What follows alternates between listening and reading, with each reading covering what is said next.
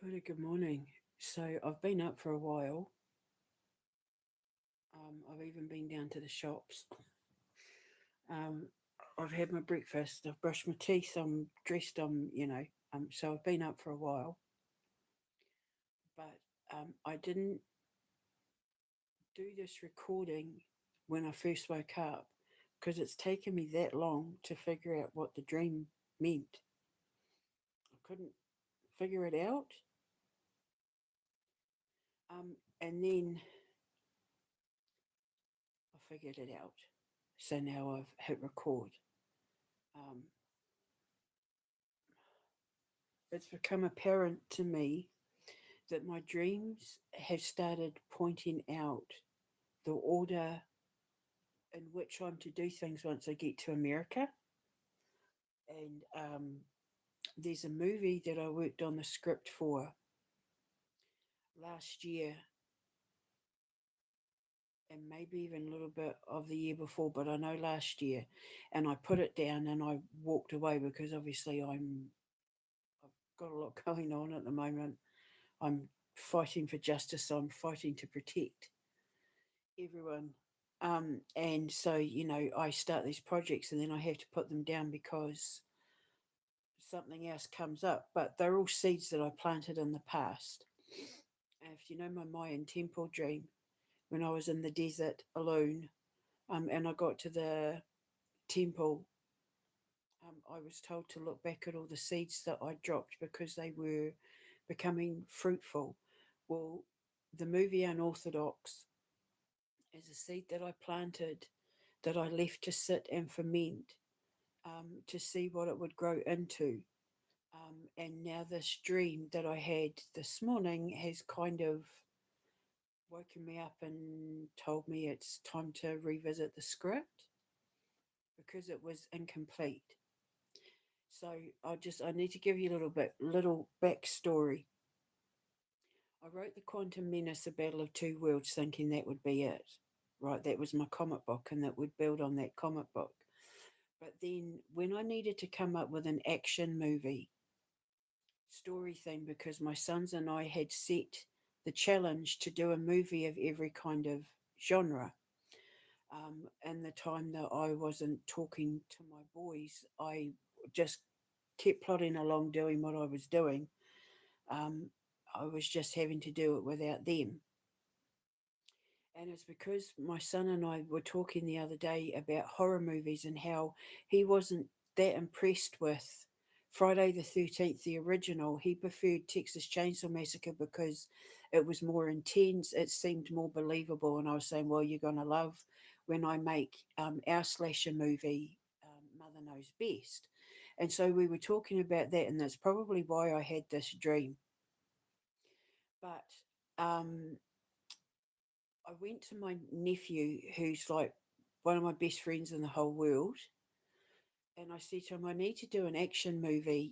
Like he has a man cave, and his man cave looks like Blockbuster Video because he goes around all the car boots and all that buying up videotapes and stuff, and he's got video recorders, and he's got like a popcorn machine and like all that sort of thing, neo lighting in his man cave, and that's where he goes to watch all his videotapes. And he's got all the action movies and horrors and that sort of thing. And I said to him, can you help me with this action movie script? I said, I've got an idea for an action movie. And I gave him a brief rundown and I said, what do you think? And he said, I think that sounds bloody awesome. I said, it's basically going to be my version of Rambo and all that, and Commando. And I said, because I love the Rambo movies. I only just found out they made another one. But the first three, I absolutely love. Rambo. I prefer Rambo to um, Stallone to Arnold Schwarzenegger, but I do like Arnold Schwarzenegger movies. Probably Commando was my least favourite, and I love Jean Claude Van Damme, and we've got our own martial arts movie going on. Um, the Legend of the Drunken Master, or not Drunken Master, the Legend of the Flung Shoe Master, which is inspired by the Drunken Master, because that's one of my favourite martial arts movies of all time. So when we were talking about this idea, I started to realize that it was kind of sounding like the prelude to the Quantum Menace, and I said to him, "It sounds like the Quantum Menace, like before she finds out she's a well, before she embraces her mutant powers."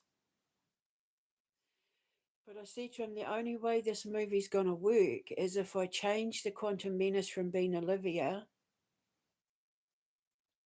to a man. So then I thought, I'm going to have to make the Quantum Menace a man and not a woman. And when I did that, it was like the whole Quantum Menace thing just completely opened up. And so I said, well, this needs to be the prelude to the Quantum Menace, the Battle of Two Worlds, where it tells the story of how he became the Quantum Menace. And I named him Ben. Benjamin's one of my favourite names, but I named him Benjamin Day. The name might change, so don't get attached. And I've just been working on a huge chunk of the storyline with my son because I needed his expertise when it came to guns and all of that sort of thing because the kid knows what he's talking about. And he helped me come up with this incredible scene that is going to seem completely unrealistic, but I did the research. I put a lot of effort into doing the research, and it is 100% possible to do this. So, I've called my action movie The Quantum Menace The Fourth Son. And in The Quantum Menace, the prelude to number two, which then ended up creating the Quantum Menace 3, The Conception of Heracles, which is 3, that's our space movie. I know you're thinking, how do you go from an action movie to a superhero movie to flying into space? But trust me when I say I've written it seamlessly. It's seamless how I've done it because you have to remember that the Quantum Menace is a time jumper. And um, it also brings in my space program.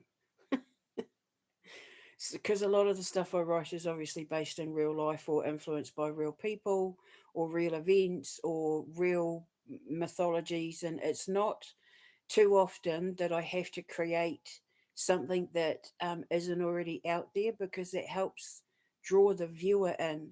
And because I'm trying to get people from all over the world involved in these projects that I'm creating with the kids and that, I want them to feel like their culture, their religion, their faith, their creed, their nationality has been included. And this is where Unorthodox comes in because what happens in the Quantum Menace 1, our action movie, is that he ends up coming into contact with, and at first I wasn't sure whether I wanted to make him a police officer or a priest. And you'll see me talking in other videos regarding Unorthodox in regards to Father Petrov, Father Peter. I'm naming him Father Peter.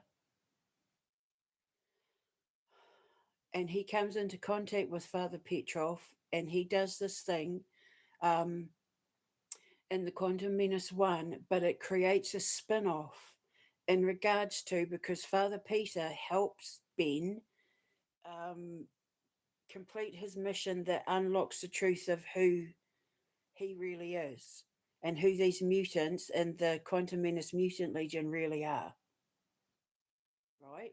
And in unlocking the truth, it sends Father Peter off on his own adventure, which created a spin off movie, which is Unorthodox. So now let me tell you about Unorthodox because when I get to America, I'm going to need to find a whole pile of Filipino people and Malaysians um, because these are centered around the Menangle. I've probably pronounced it wrong and I apologize if I have. It's basically the Filipino Malay version of Abizu, although Abizu doesn't feature in Unorthodox. And it's going to tell the story of how this priest unlocks this cult, the Nechistaya, the unholy. The cult is called the the Tunnel of Light, and who they worship is the unholy, and it's basically um, blending the myth of the Menangle and the Black Annis, which is a mythological story. I mean, you know, there's no smoke without fire, and if you listen to what I'm talking about, and you've watched my other videos, you're going to know what I'm talking about. But just like Abizu is like the goddess, you know, the demon of causing miscarriages and infertility, and that the Menangle is basically the same thing. In Filipino and Malaysian culture, although I think the Malaysian people have a different name for her, she's responsible for miscarriages and stillbirths and, you know, babies dying and that sort of thing. And basically, Father Peter is a priest who is called to investigate these children that are going missing because there's all sorts of occult symbolism surrounding, you know, when they find these kids' bodies and, you know, these young people's bodies and all of that sort of thing. And he's brought in to investigate it because he's an occult specialist, but he takes an unorthodox route that the church isn't happy with. They're like he's treading into waters they don't want him investigating, but there's a reason for that, and I'm not going to go into the storyline, but it's pretty cool. And it's going to be based on, you know, like a Filipino community, a Malaysian community. I don't know if New York has like a version of Chinatown, but for like Filipino people, Malaysian people, I'm going to assume they have their own communities. I'm going to assume, if not, my casting agent is going to have to go around a whole pile of Filipino, Malaysian businesses and communities and that, leaving little notes to say, hey, we need 1,000 extras, we need 1,000 actors, we need 1,000 whatevers to appear in this horror movie that a whole pile of kids from the school are creating. Do you want to make a bit of money and be an extra in a movie or be a main character or whatever? And then, you know, whole casting auditions and all that sort of thing, and draw the Filipino Malaysian community into the school to help us make this movie. So, the Black Annis, if you don't know, is based on a mythology up around the area that I live in. And she is said to take children and skin them and wear their skin and take their bodies down into the tunnels which lead to a king's or a earl or a duke, I can't remember, um, to his house where they were doing all sorts of like human sacrifices and stuff. And she was said to have green skin and she was oily and creepy and, you know, all of this sort of thing. And people didn't know what she was. And I figured out that, you know, she was basically the prelude to what we know in the um, occult world now, you know, when they sacrifice humans for kids for the adrenochrome and all of that sort of thing. It's basically the prelude to all of that. So in this movie, this priest is called in to investigate because there's symbols and stuff surrounding the cave entrance, surrounding this, that, and the other. Obviously, I'm not going into details. Where he's called in to investigate, and the church don't want him doing it because he's a bit rebellious. I was even thinking I wouldn't mind to make him like Filipino. I wouldn't mind to give the character to a Filipino actor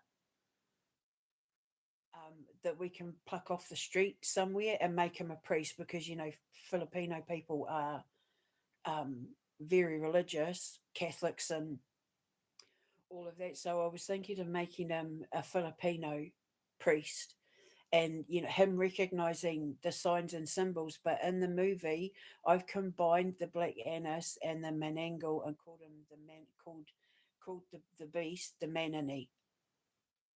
So it's merged the two.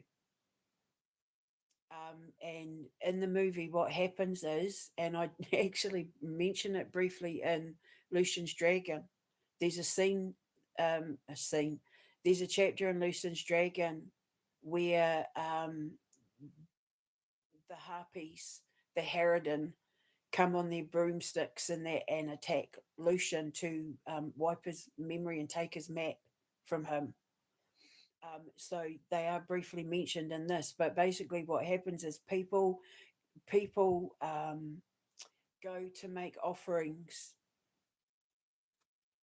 People go to the Manani to make offerings to have things done. I want to be a fake, like I want to win this election. I want to like be a millionaire. I want to be successful in business. I want to pass my exams. I want to marry the man, woman in my dreams, whatever. And then what happens in the movie is they don't pay off their debt when they sign their soul to the devil, basically. So then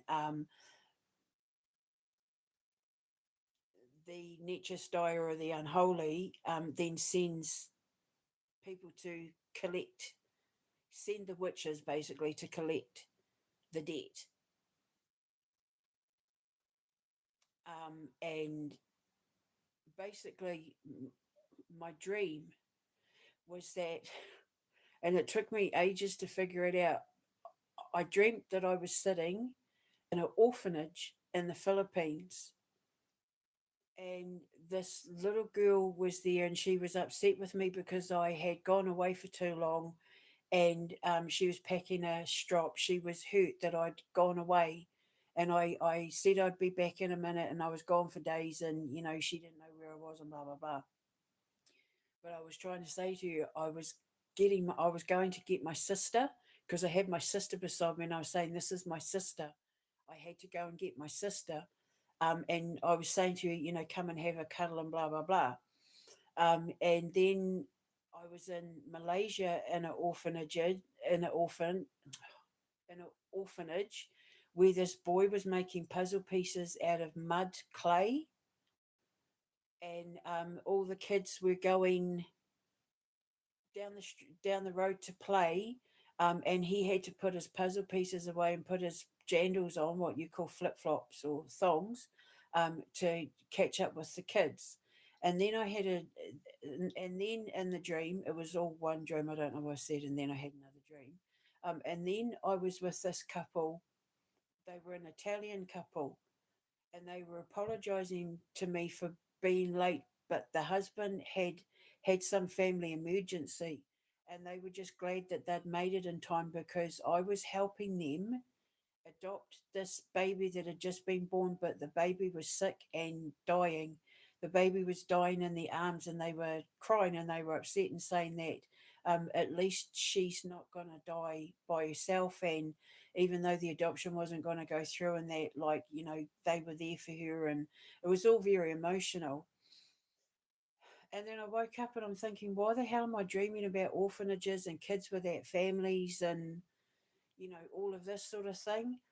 And I slowly started pulling in the mud puzzle pieces. And I was thinking, okay, well, obviously, there were other factors that have come into it that I'm not talking about, which I'm not going to talk about. But then watching that CIA thing that I just posted and talking about the things that the CIA do, I was sitting there thinking, God, that's like unorthodox. It sounds like something out of unorthodox, with faking the vampires in the Philippines and all of that, faking the vampire attacks.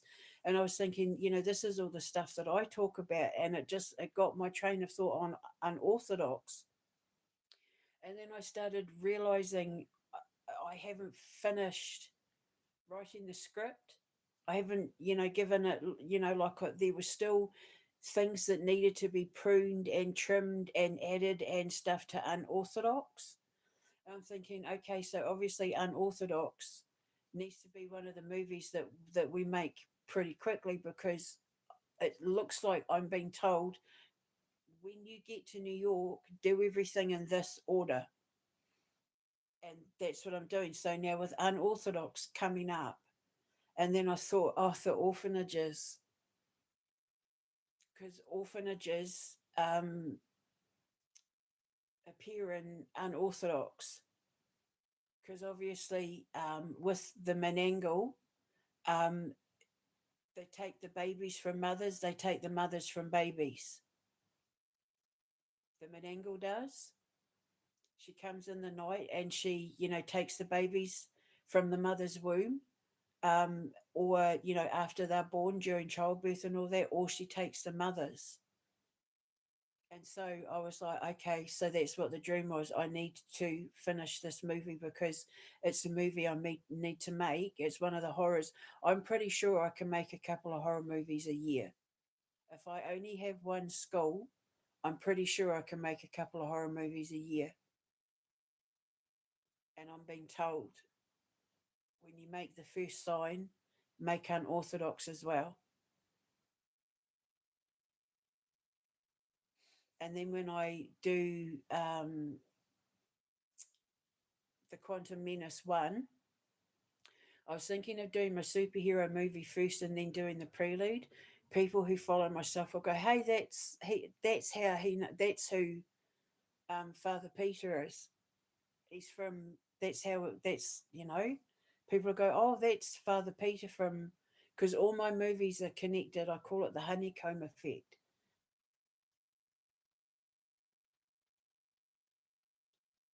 There's all like little traces of each other left behind that they are in themselves like their own little Easter eggs, if I've used that term correctly.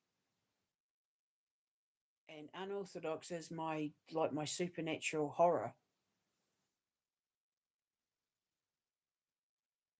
So I wanted to do my superhero movie first, Quantum Menace 2, because of the comic book, but if I have to do my action movie first, I mean, I don't care what order I do it in, but people will recognize Father Peter from the Quantum Menace one. And Unorthodox is the sort of movie that I would love to watch. And yeah, my son was talking about how horror movies back in the day didn't seem realistic. There were very few that seemed realistic, in terms of the special effects and that. And I said to him, just wait until you see Mother's Know Best. Mother Knows Best then, because that's my slasher movie, and it's a brilliant storyline, and it'll be filmed at the camp at Pure Waters, going on the whole, kids camp horror movie thing.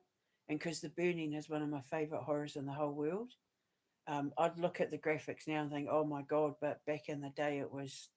I said to my son, you need to watch The Burning and April Fool's Day and Happy Birthday to Me. They're some of the best. So, yeah, so unorthodox. So I'm going to need to find a whole pile of Filipino and or Malaysian um, people in the community of New York State or the surrounding areas, which is like Rhode Island, Canada, Massachusetts, and all that. I need to find actors, just people plucked out of obscurity to say, hey, the kids at this art school are making a horror movie about a Filipino slash Malaysian mythological creature, and we're looking for an X amount of Filipino people. I don't know how we're going to recreate a jungle. I'd like to recreate a jungle if I can. Don't know if there's too many jungles around the east coast of America. We probably could film some of it down south to make it look like a jungle, because some of the scenes obviously will be taking you back to quote unquote the Philippines. Because like in an ideal world, we could send the cast and crew to the Philippines, but I have to think of budget. I can't assume that I'm going to have like a unlimited budget. It depends on investors and that sort of thing. Um, Otherwise, we could film some scenes in the Philippines, or we'll just create the jungle of the Philippines somewhere down south. Um, But yeah, unorthodox. I love what I do so much. It's all I want to do. I just want to get to New York. I want to build my school. I want my sister beside me. I want my kids to just explore the world through whatever means that they want to try their hand at the time. Oh, I want to make my movies. I've written so many awesome movies and so many cool TV shows in that I just know people are going to love. I know they're going to love. And then, of course, perfecting my sausage rolls and that. I think Americans are absolutely going to love my burgers and my pastries. I think my boyfriend with no face was onto something when he was talking about my circus burgers. But my sausage rolls, the one I made the other day, man, oh my God. I just, oh. So everything's falling into place. Everything's lining up perfectly. And I've set my sights on New York, and now I'm just sitting, waiting in my creative bubble for the doorway to open so I can step through and land at New York Airport. John F. Kennedy, is it? I've been there before. Is it John F. Kennedy Airport in New York? I can't remember. I'm pretty sure it is. I've landed there. I've been there before. Um, yeah, and get the ball rolling. So,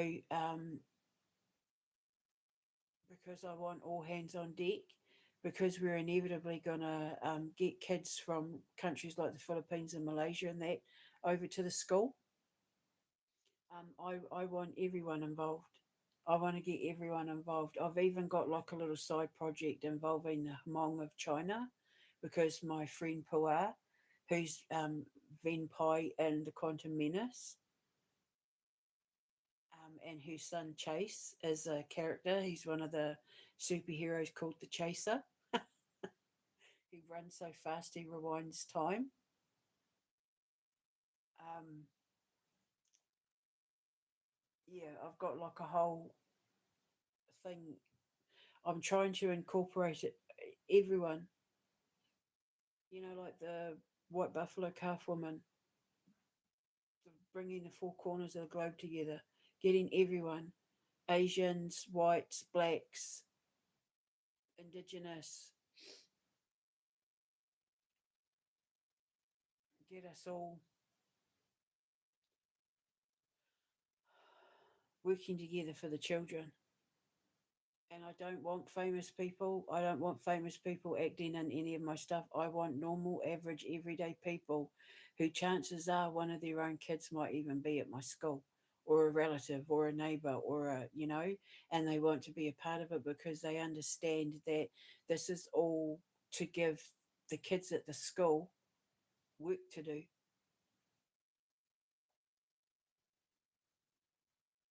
People who want to support, people who want to support their community, the kids in my community. So yeah, so that's unorthodox. I wish I could tell you the storyline, but I can't. Too many people steal my ideas. So, but you'll love it. If you love horror movies, you'll love it. This is the sort of thing that when we premiere at our little movie theatre, you'll hear people yelping and girls hiding under their boyfriend's arms and covering their eyes and all of that sort of thing. And my special effects team, I just want them to be, I'll just be like, go for it. Just tell me what you see when I read this scene out to you, and then just go for it. Because this one is going to be pretty gruesome. Because it's an occult based supernatural horror. So you can imagine all the sort of things that are going to happen in this movie. But yeah, I can't wait. I'm so excited. So I will speak to you later. Ironically, one of my betrayers, one of my Judases, Ria, she's from the Philippines. So that's quite funny. She can be the Menangle. I'll make the Manini look like her. Anyway, I'm going to go. I'll speak to you later. Ka kite.